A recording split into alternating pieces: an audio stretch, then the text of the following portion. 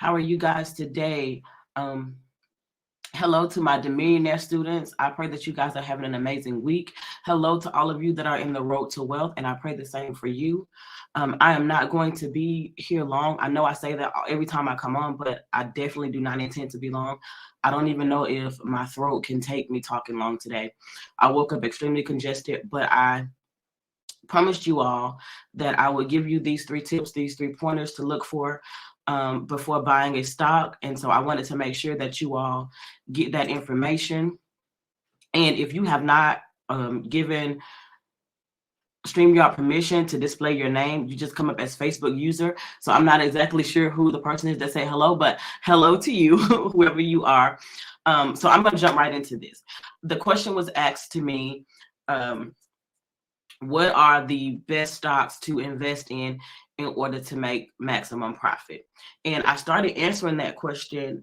I'm sorry, y'all, I'm like a hot mess here. I started answering that question by typing it in the Road to Wealth group. I think I also shared it on my Coach Carter page and the Millionaire University private Facebook group for my students. And when I started answering that question, I let you all know that that's not a question that can have a definite answer to it. Number one, let me tell you, I am not a financial advisor. I am a wealth empowerment coach. I educate you on how to make the best decisions for yourselves. I do not advise you on what the decision is that you make, right? Let me make so anything that I tell you guys is for informational and educational purposes only. You take what you would like to. You take this information and do with it what you will. As far as investing into the stock market, there's no direct answer to that question.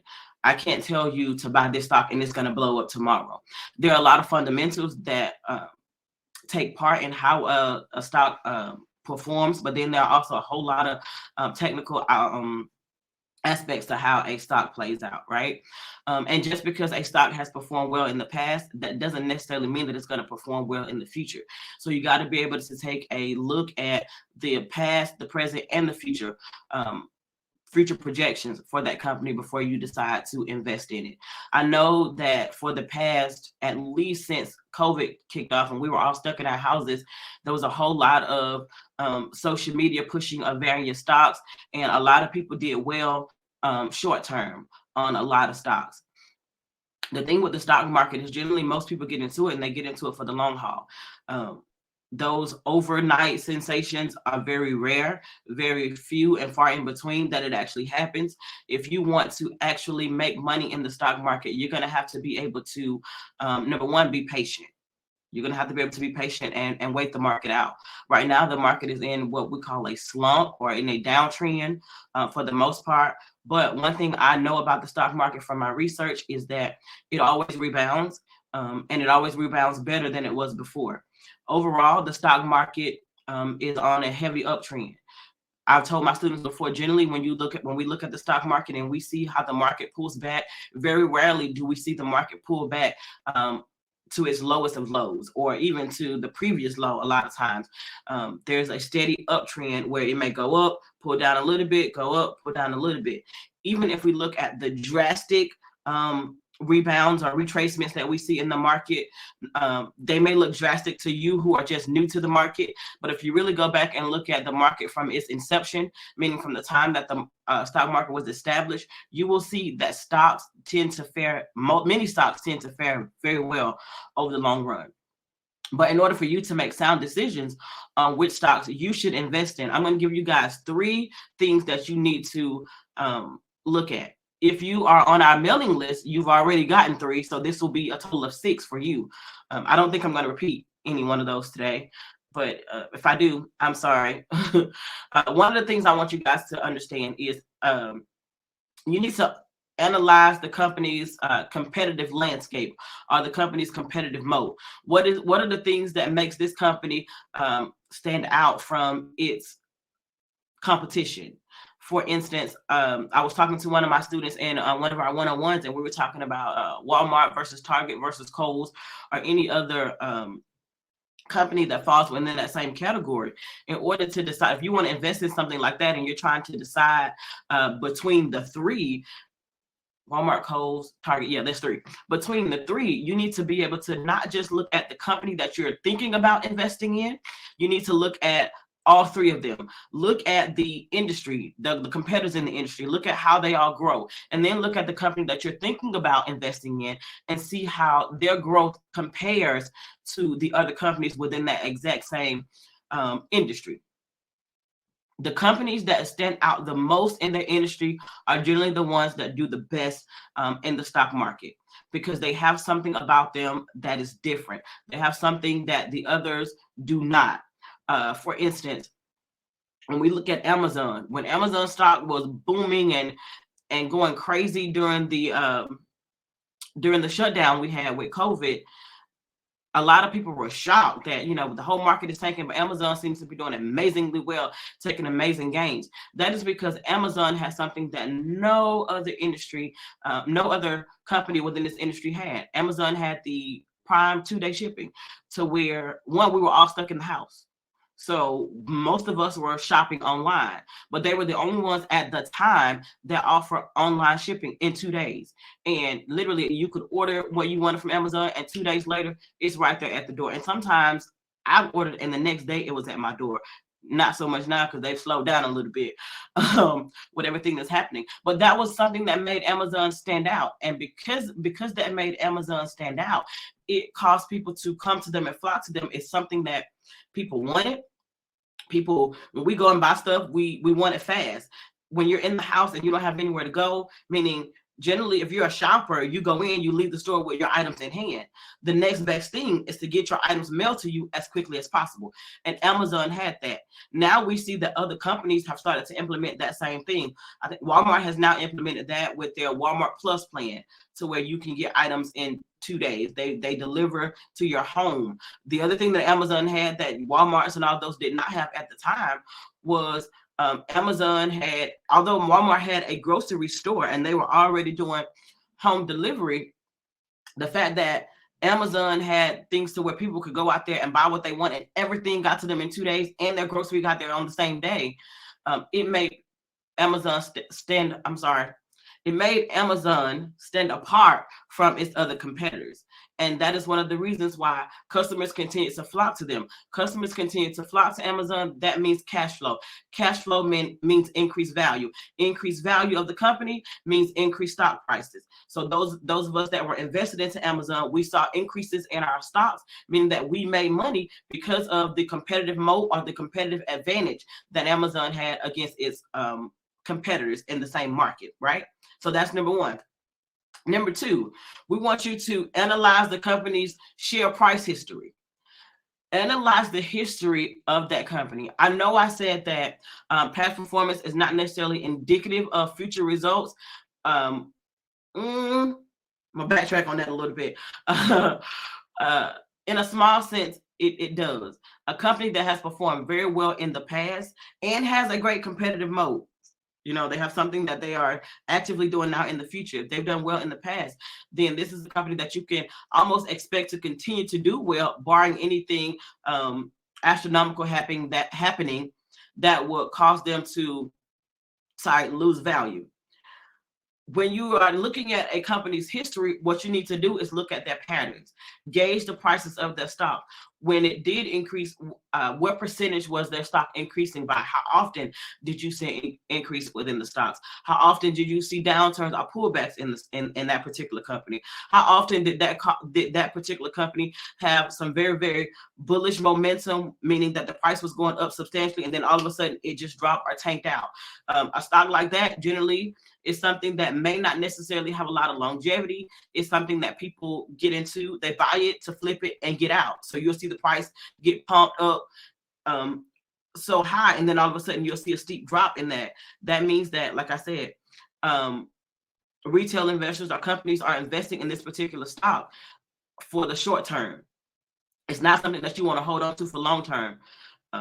Over time, it may do great in the long term, but if you're looking for steady growth, then a company that isn't consistent, I'm so sorry, guys, that isn't consistent in its gains can present a problem for you as an investor. So you want to make sure that when you're looking at the company's history, company's price history or stock price history, you're looking at how consistently this price increases in comparison to how consistently it has its pullbacks. And when it does pull back or when it does rebound, how far back does it rebound? Is it still a continuous, steady uptrend? By uptrend, I mean, I hope you guys can see my board back here.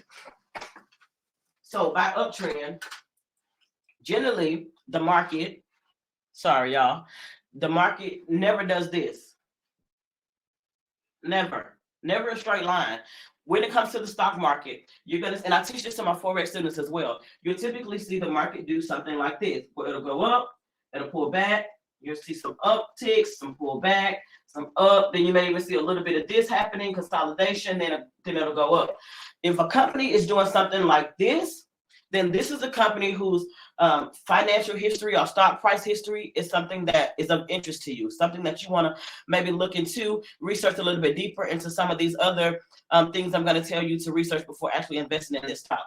But a company whose prices continues to increase in value despite the pullbacks that you see here. You see where it goes up and it creates a high, then it comes back down and it creates sort of a what we call a lower high, meaning that it doesn't come back as far as it started. That's as low as it goes. And then it pulls up again and it creates a higher high and then pull back and creates another higher low, meaning it pulled back down, but it didn't pull back as far as it had previously. That is continuous bullish momentum that you want to see in a stock that you are anticipating purchasing. The last thing I want to share with you all, if you are looking for a stock that you can make money off of right away without getting into the hustle and bustle and the guessing game of investing in social media stocks, find you a company that that has dividends, that pays out dividends, and you want to look at that company's dividend, understand the company's dividend policy, their payout history, and you want to be able, well, you do that because you want to be able to assess the potential for making income from that stock without necessarily having to sell it. Meaning, I can buy stock into a company that has dividends, and dividends are a lot of times sometimes paid out quarterly, annually, depends upon the company that you're invested in. And that's why you're going to do your research to make that determination on how that company pays its dividends out. Then you want to see the percentage that the dividends are, right? How much what percent do I get from the money that I have invested in your company? I like to look at the stock, investing in the stock market, as me loaning a company my money to be able to do their business. If I'm loaning them my money to be able to do their business and they're paying me interest on my money and still have the potential to pay me back all of my money when this is over, plus a large nest egg or even more profit on top of that, that's the company that I'm willing to invest in, because that means that this company does fairly well in their day-to-day operations. They do fairly well weekly in their month-over-month, their year-over-year income statements. Excuse me. So again, so far, and I didn't want to go too deep into this, but I did want to give you guys something to kind of get your thought processes going, to get you to start thinking about before you jump on the bandwagon of investing in every stock that social media puts out there. By the time most of us, not us, let me not include me in that, by the time most people jump on that bandwagon of social media stocks, you're generally left holding the bag. You're generally the one left that's holding on for dear life, hoping and praying that it comes back up. And the reason why most people are doing that is because they don't understand the ins and outs of what a good stock looks like, what a good company looks like. A lot of times we're looking at the stock itself because it's doing so well right now. It's making huge gains over the last week or so. But when you look at the history, it's laid flat for the last 5 years. And now it's steadily increasing, and then it hits a plateau and it starts to come down, and you're hoping that, oh man, maybe we can get one more push like that, I can make a lot of money off of this. No, you're going to be the one stuck holding the bag, and the people who convinced you via social media to invest in that stock to help them pump up the price so that they can take their money out are going to be the ones that are going to go and be able to live off of the money that you are losing by the day. So we want to make sure that while we are investing, that we are educated in our investments, that we're just not giving away money, right? We don't want to be just paying a bill with nothing to show for it. We don't want to just be out here um, giving our money to companies that have no real competitive moat. They don't have a real competitive advantage against the other companies within their same industry. They don't have they don't have they don't pay good dividends, because if I'm trying to live off of this money today, while still having my money sit up for retirement in the future, because that honestly, that's why most of us invest in stocks, is to have something saved for the future, for when we retire, right? But you want to be able to sometimes live off of a little bit of those profits today, so that you can enjoy some of the finer things in life. To be able to do that, you need to find your company that pays pretty good dividends, and you have to be willing to invest a pretty good amount of money into a lot of these stocks in order for the dividends to really make sense for you most of the time. So last rundown on what I hit today. We want to analyze the company's competitive landscape and their competitive mode, again, how they compare to others. We want to analyze their share price history. How has this company performed in the past? How in comparison to how it's performing today? Is this a company that has been steadily increasing in value over time, despite the slumps or the pull downs, or the retracements that we've seen happen to it? Number three, does this company pay good dividends? How often does this company pay dividends? So that I can have a potential income from my investment right here today. So I hope this helped you all. I'm sorry that y'all know, most of you know that I'm a fast talker anyway, but the fact that I'm not feeling well, I think that made me talk even a little bit faster. So does anyone have any questions before I log off on anything that I said today concerning the research you need to conduct prior to investing into the stock market, or prior to choosing what stocks you want to invest into?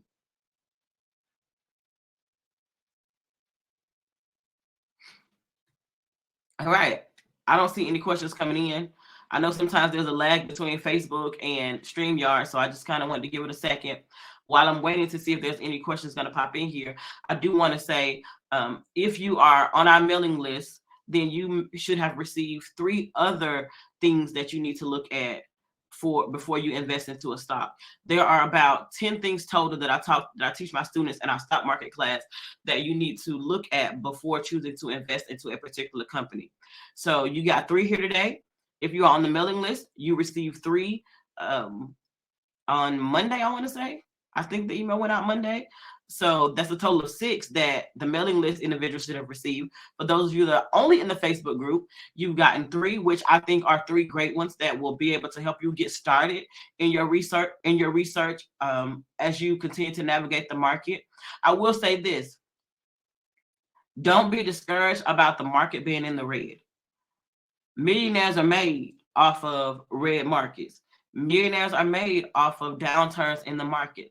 That's generally where people who could not afford to invest before are now able to get into the stock market because prices are so low. But what I want you guys to take into consideration before you jump in are these things that I talked about on today, and the thing that you are received if you are on the mailing list. If you are not on our mailing list, you can go to www.dsbf.online. Again, that is www.dsbf.online, right there on your screen, and sign up for our mailing list. And I try to send out something every week.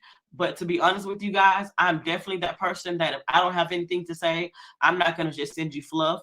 I like to make sure that the information that you're getting is information that is relevant, information that you can utilize and implement today. So sometimes it may be 2 weeks before you get something. I will not spam you. I will not send out a million messages. Now, if you're one of my students, you may get more than 1 or 2 emails a week because of the nature of how our programs operate, and I want to make sure you guys are informed. But if you are just in it for the information, you will not get spammed. Of course, you will not receive an abundance of trash mail that you cannot use. I try to make sure that everything you guys get is information that is relevant and that is usable today, and something that you can implement into your future.